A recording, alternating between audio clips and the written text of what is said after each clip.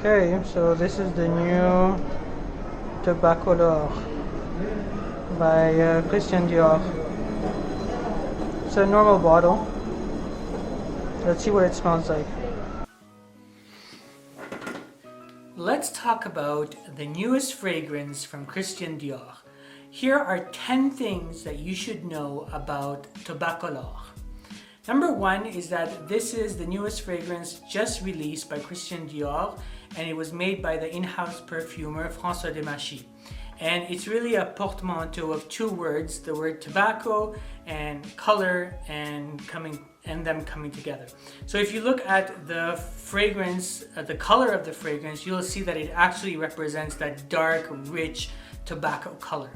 Number two is that the prominent elements in this fragrance, when I sprayed it on my skin, I get a lot of honey, I get a lot of peach, and I get some smoke, incense, not really incense, but smoke and tobacco.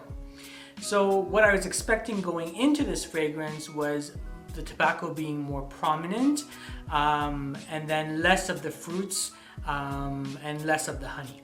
So the inspiration behind this fragrance is a cold hookah or argili, and it's usually the flavors that you get tons of flavors. You get like double apple or mint, and what Dior went with in this fragrance was the flavor or the scent of peach.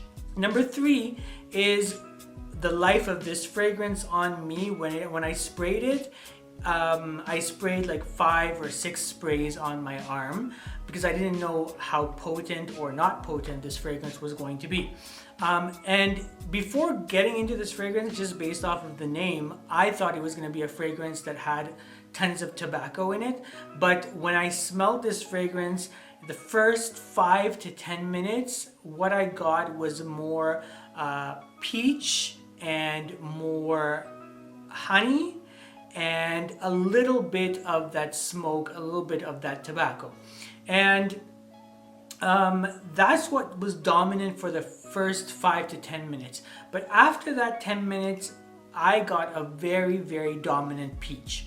And to my nose, I got the peach was more, you could have named this scent peach something as opposed to Tobacolor, because on my skin it was extremely dominant, and I got a lot of that fruitiness and that peach in the life of this fragrance. The peach was so strong that to me it was headache inducing. In all fairness, I did spray like 5 or 6 sprays, but this thing honestly does not take any prisoners. Number 4 is that this fragrance here, if I had to associate it with a fictional character, it would be Harley Quinn, who is badass but a little bit dysfunctional. So this is a fragrance which someone would wear who was kind of like, you would think, looks kind of put together but has kind of some quirks with them. So it's not a fragrance, it's a fragrance that is kind of playful in the sense of the peach, and it's not that dominant tobacco scent. If you are liking this video, a sub would be amazing. So number 5, when would someone wear this fragrance? I get a lot of peach and then the tobacco. So for me, this would be perfect for the shoulder months. So let's say in the spring or in the fall, I can see someone wearing this on colder nights, on in the morning when it's a little bit chillier. You could wear this fragrance because it's coupled so well between the peach and the tobacco. Either of those times I think would be appropriate for it. On my skin, honestly, I think it's very peach dominant, but on other people they get other things. So I definitely recommend trying it on your skin to see how it works and how it develops on your skin, to get a better sense of this fragrance. Now, Number 6 is the price proposition to the value of this fragrance. This fragrance here comes in 40 mils, 125, and 250 mils. In some places you won't get the 40 mils. You only get the 125 and the 250. So it will run you about 250 to about 350 and upwards, depending on where you buy this fragrance. So number 7, number 7 is the price to performance ratio. This thing actually filled the room. I sprayed it and people could smell me the whole day. I sprayed it in the evening, and then I went to bed. I washed up, went to bed, showered in the morning, and I could still smell it faintly on my arm.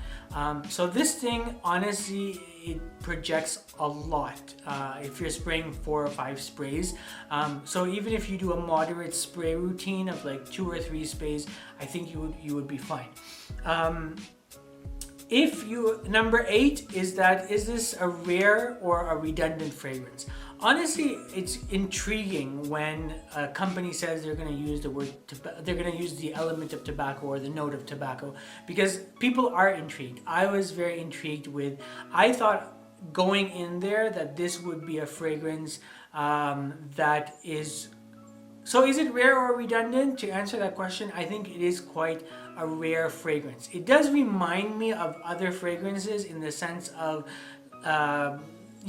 maybe even Fève Délicieuse, because it does have that sweet element in it.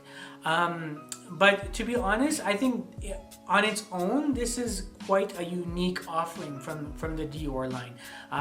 It's gone in a totally different direction. It's not a blue fragrance.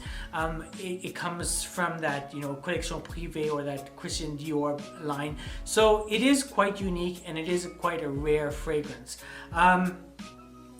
The thing is that I would want to say that I was going in with the mindset that this was going to be the tobacco that you get either from Harrod or Spice Bomb or Burberry London, and all of those are tobaccos that I really enjoy.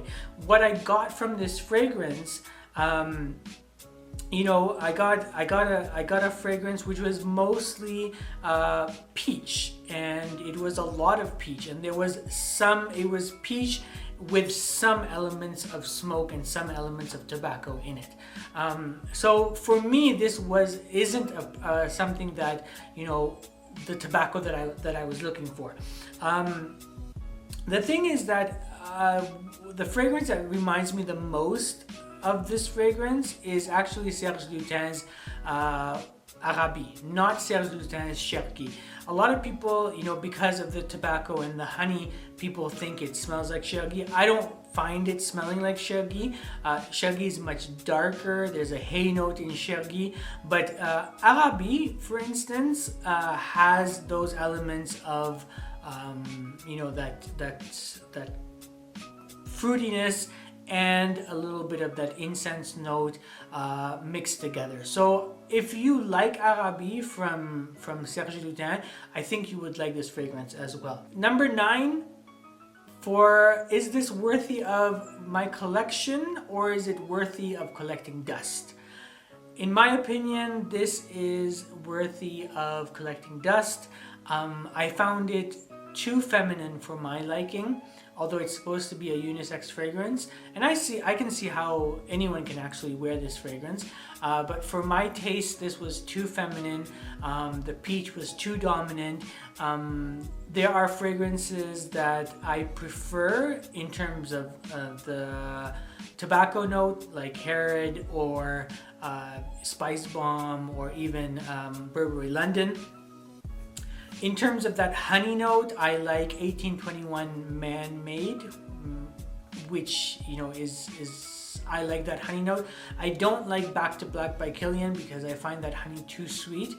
And just overall, peach isn't a note that I really appreciate in the fragrances that I wear.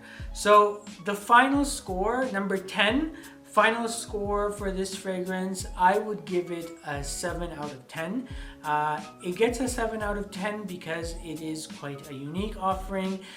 It is a good fragrance in terms of its performance, projection, longevity. It's very strong in those elements. It loses points for me because it's not a fragrance that I would really invest in. It's not a fragrance that I would enjoy. It's not something that I see in my future. So if you've tried Tobacolor from Christian Dior, let me know in the comments. Are you excited to try this new fragrance from Christian Dior? Are there other fragrances out there that have a peach note that you think I should try? And tell me what your favorite fragrance from Christian Dior's private line or collection privée is. Mine is Bois d'Argent, and I'm always looking. They have a ton of them now, but I'm always looking for something which is kind of unique, kind of different, but not that is still within my palette. So if you have something that is your favorite from the Christian Dior line, please let me know. Subscribe if you haven't already. It really helps my channel. You can always unsubscribe later, and I'll catch you on the next one.